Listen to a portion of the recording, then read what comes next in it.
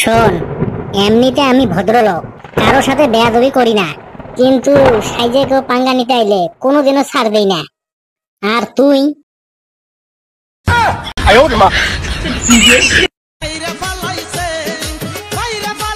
বাইসা গেল আজকে, চইলা গেল বলে, না হলে বেটা ছোয়ার কতটা রাগ আর রাগের কি তাপ তা আজকে দেখাই দিতাম।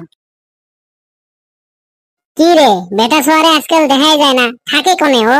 ওর হয়েছে কি? ও ঘর থেকে বাইরে নেই বন্ধ করে দিল। এখন তো দেখি আগের মতন আড্ডা বাড্ডা দিতে আসে না। আরে ওই ওই চাটাম্বাজের কথা তুই বাদ দেছে দেখি।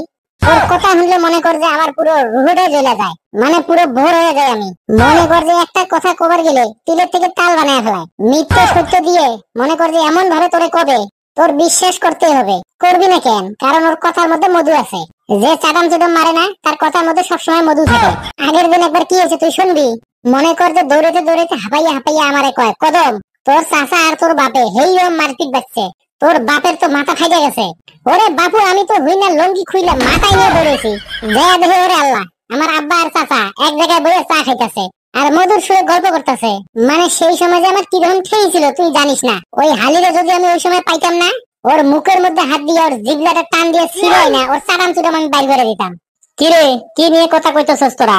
আরে বেটা ছোয়া, তোরা যে কি কমু, আজকে হঠাৎ করে ঘুমের থেকে উঠে একজন মহা চাটামবাজের কথা মনে পড়ে গেল।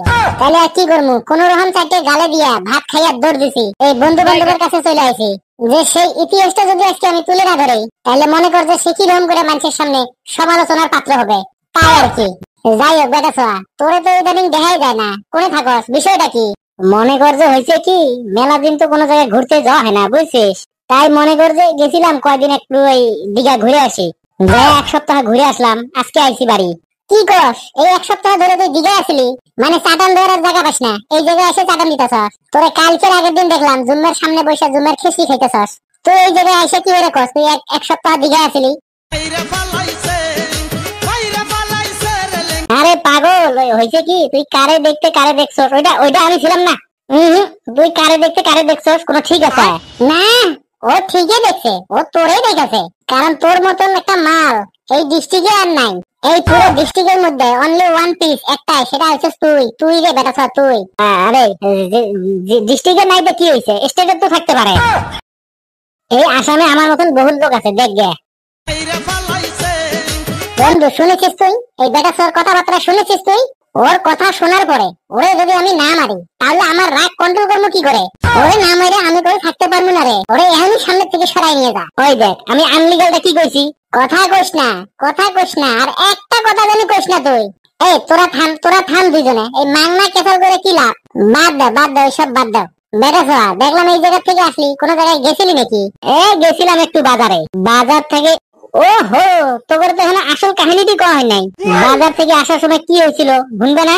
রাস্তার মধ্যে এক আমরা আমার সাথে ঢাক হইয়া মনে কর যে একদম সুইটা চলে গেছে রাস্তার কোনায়। বেটা ছোঁয়া, হয়েছে কি, ওই সকালবেলার যে চাটাম বাজার ইতিহাস কইতেছিলাম, ওই সেটা হচ্ছে মনে কর যে তুই। বন্ধু দেখ, বাস্তব প্রমাণ পাচ্ছিস তো কিভাবে ওর কথায় কথায় চাটাম বাজি শুরু হয়েছে। কথা একটা করে 10টা চাটাম দিব।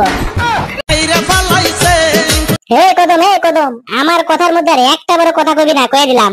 তুই খুব ভালো করে জানিস আমি কোনো মাংনা চাটামের গাড়ি মারি না, আমি কোনোদিন চাটাম দিইনি। চুপচাপ বসে শোন যা করছি। তারপরে কি হয়েছে শুনবি না? ধাক্কা খেয়ে ছুটে চলে যাওয়ার পরে কলার ধরে টাইনে উঠাইছি। বাবা, মামলা তো খুব গম্ভীর মনে হচ্ছে। তারপর আর কি, উমদা গুমদা ঘুষি। এই শালিরে আজকে আমি কি করবো আমি নিজে কহারতাছি না। ঘুষোতে নাক মুখ ফাটাই ফেলাই দিলাম। ভাবেছিলাম মারতে মারতে তো করে জায়গায় নিয়ে আসবো, বুঝছিস? তার হলো না, তার আগে সুইটা পলালো, এই জন্য বাইচা গেছে। মাননীয় বেটা ছোঁয়া, আপনার কাছে আমার একটা প্রশ্ন ছিল। মনে করেন যে আপনি তারা যে মারতে মারতে এই জায়গায় নিয়ে আসবেন, তা আপনি কি করে জানতেন আমরা এই জায়গায় বসে রয়েছি? আরে তোদের দেখেছিলাম আমি যাওয়ার সময়। তোরা যে এই জায়গায় বসে রয়েছ, যাওয়ার সময় আমি দেখে গেছিলাম তো এক নজর। তুই এই রাস্তা দিয়ে কখন গেলি? আমরা তো তোরে দেখলাম না।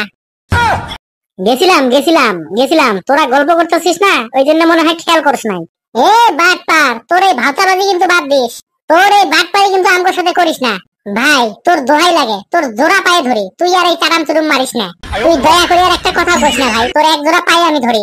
আর যদি কথা কইস না, তাহলে তুই আমার সাথে খারাপ লোক কোনো পাবি না। চাটাম দিবি এই গ্রাম ছেড়ে যে ভাইয়ের গ্রামে দিবি, ভাইয়ের গ্রামে কয়েকটা লোকজন গোটায় নিয়ে তারপরে চাটাম দিবি। আর আচ্ছা বাদ দে, শুনলাম তুই বলে এই চাটামগিরি বাদ দিয়া ঘির ব্যবসা শুরু করছস, কি ব্যাপারটা কি? না রে বন্ধু, ওই ঘির ব্যবসা ছেড়ে দিছি, ওতে প্রচুর রিস্ক। কইতে পারিস এক কথায় জান নিয়ে টানাটানি। মানে ঘির ব্যবসায় জান নিয়ে টানাটানি, ঠিক বুঝলাম না তো। আরে হয়, আগে একদিন হয়েছিল কি শুনবি? না, আমরা আর শুনবো না। তোর ওই জীবনের ইতিহাস, তোর ওই ভাওতাবাজি, তোর ওই মুখ দিয়ে গল্প আমরা আর কেউ শুনতে চাচ্ছি না। তুই চুপ করে থাক ভাই। আরে পাগল, না শুনলে বুঝবি কি করে আমি ঘির ব্যবসা ছাইড়া দিলাম কে? শোন শোন শোন আগে, তারপরে বস। হয়েছিল কি, আমি মদনের দোকানে বসে আগের দিন চা খাচ্ছিলাম, ওয়াল্লা হঠাৎ তিনটে মোটরসাইকেলে 15 জন লোক আইয়া আমার চাইরো খাল দিয়ে ঘুরে দিচ্ছে। শুনেছিস শুনেছিস ওর কথাবার্তা? মানে 3 মোটরসাইকেলে বলে 15 জন লোক আইছে। ওর মতন চাপাবাজি গল্প আর এই জেলায় কোথাও পাবি? আরে ওই 15 জন মানে আমি বলছি 15 জন তো আমি অনুমান করে কইছি। পাগল, ওটা অনুমানের উপরে ধর, 15 জনের কম হইতে পারে। তারপরে কি হয়েছে শুনবি না? মনে কর আমার তো ঘিরে ধরছে, আমি তো টোটাল ভয় পেয়ে গেছি। ভয়ে তো আমি কাঁপতেছি, আমার এতগুলো লোক ঘিরে ধরছে, কি হয়েছে? আমি তখন জিজ্ঞাসা করছি কি হয়েছে, আমার সিধা কয় চল। আমি কইলাম কোনায় কোনায়? কয় যে অত কথা কওয়ার সময় নেই, তাড়াতাড়ি গাড়িতে ওঠ। আমি তো টোটাল ভয় পেয়ে গেছি। দৃষ্টি আকর্ষণ করে মাথার দিকে চাইয়া দেখলাম, মনে হচ্ছে বন্দুকও ছিল। ওরে বাপার, বন্দুক না রে, বন্দুক না, এই কাঁধে কামান ছিল, কামান। মানে মিসাইল। তোরে মাইরে তোর চাপাবাজি ভাঙতে গেলে তো মিসাইল আর কামান লাগবো। বন্দুক দিয়ে গুলি করে তোর চাপাবাজি ভাঙবা গেলে তো 4-500 গুলি লাগবো। অত সময় নষ্ট করবো কেনা? হালি, তোরে তো বন্দুক না, তোরে তো মিসাইল দিয়ে উড়াবে। শোন, আমার কিন্তু ধৈর্যের বান টোটাল ভাঙিয়া গেছে। এই বন্ধু শোন, ওরে চুপ করে রাখিস। এই কদম, তুই অল্প চুপ করে থাকতো, চুপ করে থাক। এই বেটা ছ, তুই তোর গল্প কঠিন লাগতেছে, চালাইয়া যা। না তা ঠিক আছে বেটা ছ, তুই গল্প চালাইয়া যা বন্ধু। আর ওর গল্প ফিরে তো উঠে হারবি না। তার চেয়ে আমি একটা কাজ করি বন্ধু, তোদের সুযোগ সুবিধার জন্য আমি বাড়ি গিয়ে মারে কই কয়টা খিচুড়ি আনতে। আইনে দুপুর বেলা এনে খেয়া আবার গল্পে লাগে গেলি। তুই তুই চুপ করছে। তোরা হন, তারপরে কি হয়েছে? মনে কর যে আমি যেমনি টের পাইছি যে ওদের কাছে বন্দুক আছে, আমি কিন্তু ভাই কথা বেশি বাড়াই নাই। আমি চুপচাপ যাইয়া ওর গাড়িতে বসে পড়ছি। গাড়িতে আমাকে নিয়ে ওরা যাচ্ছে, চলে গিয়ে আমাকে নিয়ে গেল একটা বাড়ি। সে কি বাড়ি রে বন্ধু, বিরাট এক বাড়ি। মনে কর সর্বনিম্ন 50 কোটি টাকা খরচ করে বাড়িটা বানাইছে। চলে গেছি হেই বাড়ির ভিতরে। বন্ধু মনে করছে আমি এইবার, হে তুই চুপ করছে ওরা, দেখতেছে যে টান টান উত্তেজনা চলতেছে। তুই শুনলে শোন, নাহলে উঠে চলে যাগা। এই বেটা তুই ক ক ক তারপরে তারপরে আমি ভিতরে যা দেখি কি, এক লোক পায়ের উপরে পা তুলে সাহেবের মতন বসে রয়েছে। আমি ভয়তে ভয়তে কইছি কি হয়েছে ভাই? ওই লোক মোটা করে কইছে কি, শুনলাম তুই দেশি ঘির ব্যবসা করো, আমার 2 মণ ঘি লাগবে, তাই তোমারে উঠে আনেছি। না আমি আর পারলাম না, আমি আর মাইনে নিতে পারলাম না। হালি বেটা সোয়া, তুই টোটাল ধৈর্যের বান ছিড়া দিছস রে। এই বন্ধু তুই সব দেখি কদম আলী যে খেপা খেপছে, আজকে বেটা সর যে কি হইব এক মালিক ছাড়া কেউ কওয়া হারবো না। বন্ধুরা আপনারা যদি বলতে পারেন একটু কমেন্টে বলবেন। ভিডিওখান কিরকম লাগলো তাও একটু কমেন্টে জানাবেন। ভিডিওটা লাইক করবেন, বেশি বেশি শেয়ার করবেন। আমাদের চ্যানেলটা সাবস্ক্রাইব করে আমাদের পাশে থাকবেন। হাসতে থাকুন, সুস্থ থাকুন। যত বেশি হাসবেন তত বেশি সুস্থ থাকবেন।